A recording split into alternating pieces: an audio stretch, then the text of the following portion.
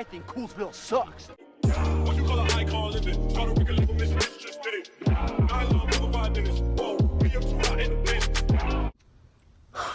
I did so much moving around just for me to put this sweater on, get super hot, and now I'm like sweating, and I'm pretty sure my wig is on crooked. Like, what the heck? Today I decided I want to do a tips on annotating video because my annotating video did fairly well.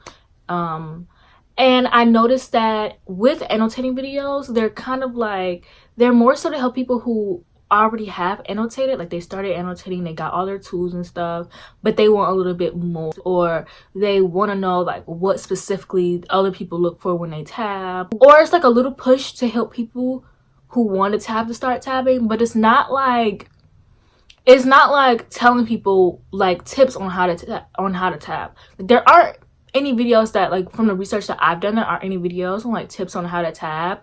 And I decided I want to start like a whole like annotating series, like a little mini series. And for this video, I'm just going to give you guys tips on how to annotate. These may not be like the best tips ever, but these are tips that I thought were really good. Okay, so the first and very most important tip I have is to write in pencil. And this, I think, like when you first start annotating, to write in pencil, because just in case you decide that you don't like what you've written, or you just decide like, okay, I don't really like this, you can always go back and erase it. With the pen is more permanent, like you can never erase that, you know. So I just would say like to write in pencil. Sometimes actually I write in pencil when I annotate still to this day. Like I have different pens and everything, and sometimes I'll even write in pencil because, like, if you decide, okay, annotating isn't for me, you can always go back and erase it. And if you want to give that book away, you don't have to worry about like, oh, well, dang, like I can't give this book away because I've already written in it. Especially if it's the first in the series, because I've made that mistake one too many times. Okay, I know a lot of people think there are like rules on how to highlight, but personally I think highlighting is anything that you want to highlight, anything you think is important. Like a lot of people will ask me like, okay, well, what, like, how do you highlight, what do you think is important? It's just like, it's never like, sometimes I'll annotate just like analyze a book, or sometimes I'll highlight the most useless things ever. I just recently annotated The Cruel Prince, and I keep 2 tabbing systems. So I have one here for what I use like in the book, and then I have a sheet of paper that like is my like own personal guide. So like if anyone else read this book and they're like, okay, well, I wonder what these colors mean, like they always have this, but this was personally for me, like when I was tabbing throughout the book. And I tapped, so for the Cruel Prince, pink was cute / love, orange was relatable, yellow was quotes, green was fave, blue was Carden. Green was like my favorite parts in the book. Green was Carden, purple was annoyed, and violet was shook. I rereading this the second time, I wasn't really annoyed, so I actually didn't use any purple when I tabbed this. I personally don't have the same tabbing system for every book I use. Like I know a lot of people do have the same tabbing system, but I personally don't, because I don't even like tab books that I've never read before. I only tab rereads because, anyways, we're not there yet. Okay, so I just tabbed, like when I tabbed for yellow, it could have been stuff that I thought was funny, like just like yellow was basically like anything that I wanted to tab. I did not have a tab for the world building because when I read this, I didn't think there was a lot of world building in it, but there actually is a lot of world building in it. And I didn't know that. I mean, I knew it, but like I didn't realize how much world building there actually was. So I ended up underlining world building, but I don't have a tab for it. I was watching Little Book Island. She was saying how she basically needs like 12 tabs for hers. And I'm like, yeah, I agree, because there are things that I never know what I'm looking for when I'm tabbing, and then like things that I forgot about when I was like, okay, I need to tab this. But Yes, this is an example. In my previous how I annotate video, I used the hate you give as an example when these are what the tabs look like. I keep a little sticky note in the book, and I talked about this in my last annotating video, so if you've already seen it, you're probably like, girl, you already explained this. But yellow means quotes, purple means funny, pink means Chris and Star, which is basically a relationship. Orange means powerful, green means relatable, and blue means Khalil. So usually blue for me always means like my favorite male character, pink always means love, and yellow always means quotes. Those are like the same, that I always keep the same. Like those are tabs that I always keep the same. But other than that, like I usually change up stuff depending on what I'm reading. Like if I'm reading contemporary, there's not going to be a tab for world building. If I'm reading a mystery romance, if I'm reading a mystery, there's not going to be a tab for romance unless there's a romance in it, which I would hope not. So a tip for tabs that you could always look for is things that annoy you, things that like Easter eggs, world building, foreshadowing. I realized in reading The Cruel Prince there was a lot of foreshadowing in it, and that's what I love about rereading, is realizing like how much foreshadowing is actually kind of in the story. You know, like of course you never realize it when you're reading, like when you're reading for the first time, but reading The Cruel Prince for the second time, I realized like there was a lot of foreshadowing in it. So you can always do foreshadowing, you can do Easter eggs. I know like I don't read Lani Taylor, but a lot of people say that and I think in Muse of Nightmares there are like Easter eggs of characters from Lani Taylor's Daughter of Smoke and Bones series, like something like that. I don't read it, so maybe I'm wrong. If you're reading a book and this author has written like multiple books that you already read, like you can do like little Easter eggs for those. Like I find those actually really interesting. Like it's like a rare tab you could have. Another thing that I'm really set on for me is annotate books that you've already read. I know a lot of people, when you get good enough to have your own like annotating system and you're good enough to point like, okay, well all my fantasy reads have all of these tabs and all my contemporary reads have all of these tabs. Once you can be able to like separate that, then I think you'll be fine. But starting off, personally, I only like to tab reread. Also, when you're reading a book for the first time and you want to annotate, I find that like writing your thoughts in it is easy. I just personally don't highlight anything. Like I'll just write like my thoughts and what I think. Or sometimes like what I did with Simon Versus is I highlighted towards the end, like once I figured out, okay, well these are all things that's going to be in this book. So I made like my sheet of paper and I started highlighting. So when I go back and reread, all I have to do is just highlight the beginning half and tab everything else, and then like I should be fine.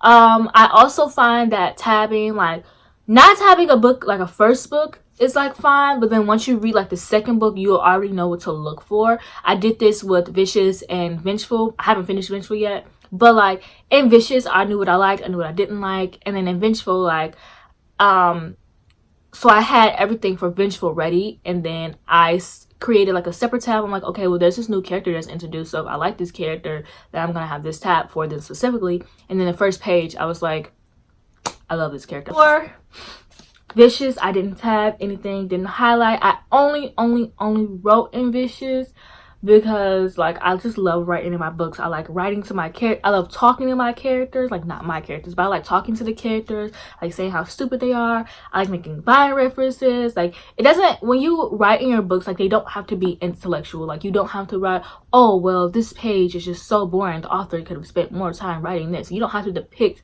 how they write or anything like that. You don't have to analyze the book. Well personally I tab and highlight for fun. It's very relaxing to me, and it's very cool to like look at all my favorite books like tabs, you know. So that's what I like. And then I haven't gotten very far in Vengeful, but these are my tabs so far. And I also have a tab at the top for like sometimes when I want to like, I'm like, okay, well I want to read this many pages today, so I'll like put like a little tab at the top so I like know. And so for Vengeful, pink is for Victor because he is my favorite character in the series. Not like my favorite all-time characters, but my favorite character in the series. Orange is for relatable. Yellow is for quotes. Green is for about EOs. Blue is for someone and their powers, because I realized in the first book like they would mention people and then their powers like later sometimes, or sometimes they'll mention them and their powers, and you know I'm dumb. Light purple well, actual purple. Like this purple is for Marcella. Like this purple that actually has a lot of highlight is for Marcella. And then the other purple is for friendship, because I don't have a purple highlighter for this kind of purple. So I kind of just tab things and wish for the best. Okay, so the next tip I have is use a book that's easily replaceable. Like you can have, okay, so like if your favorite book is The Outsiders, like The Outsiders is typically like easy replaceable. Like you can get any kind of edition for The Outsider for like really cheap. I actually bought my copy of The Outsider for $4 at Barnes and Noble. Like I'm pretty sure that's like the cheapest book they have there. So use a book that's easily replaceable, but it's also your favorite, if that makes sense. Like don't go for a book like Vicious by V.E. Schwab, because that book is really expensive, y'all. Like Vicious by V.E. Schwab, like these covers are $20. So I suggest you doing a book that's easily replaceable. It doesn't have to necessarily be an old book, but it could be a book that for you is easily replaceable.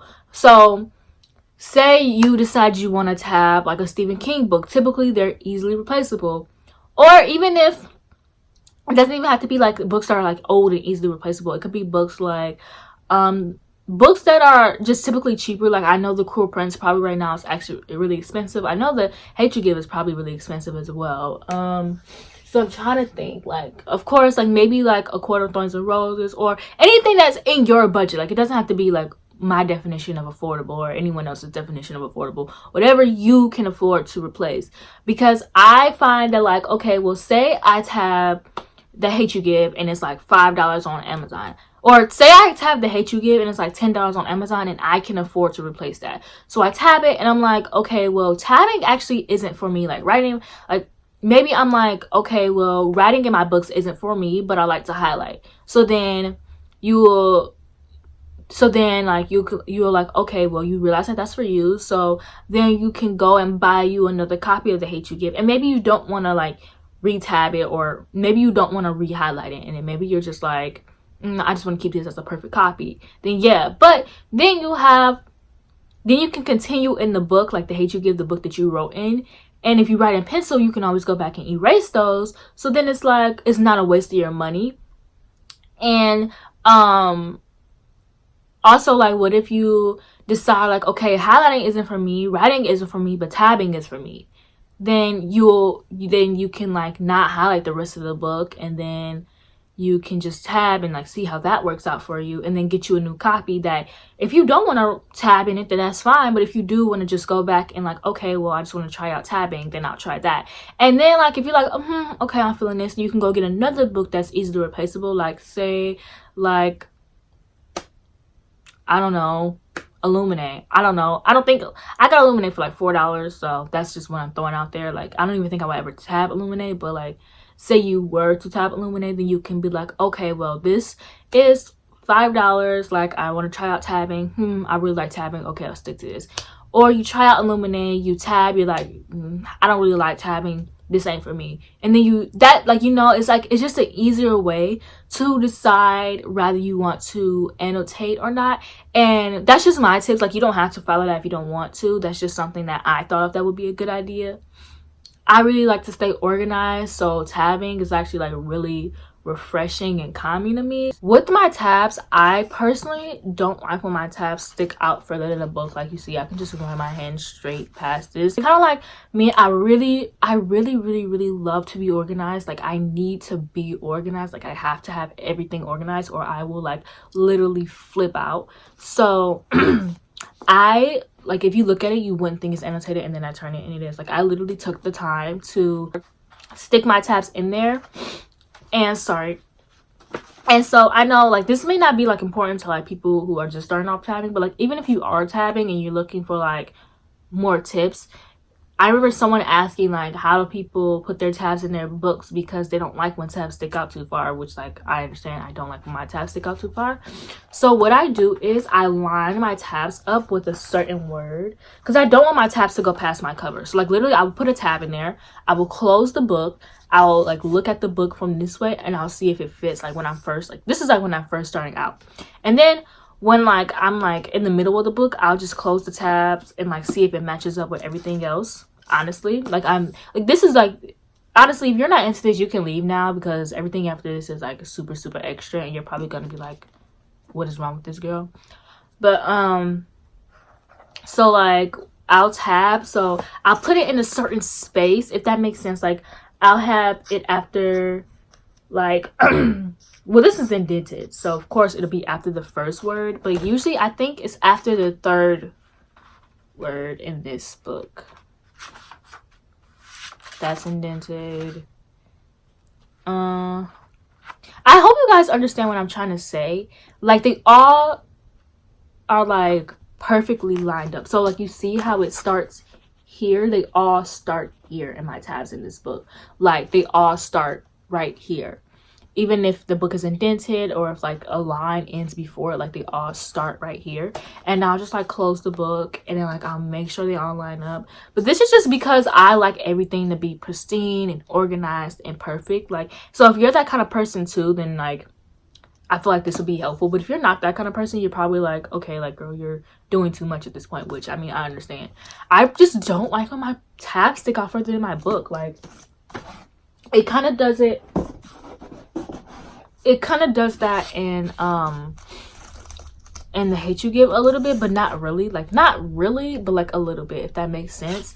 And so even for this, like, I had them all line up with a certain word.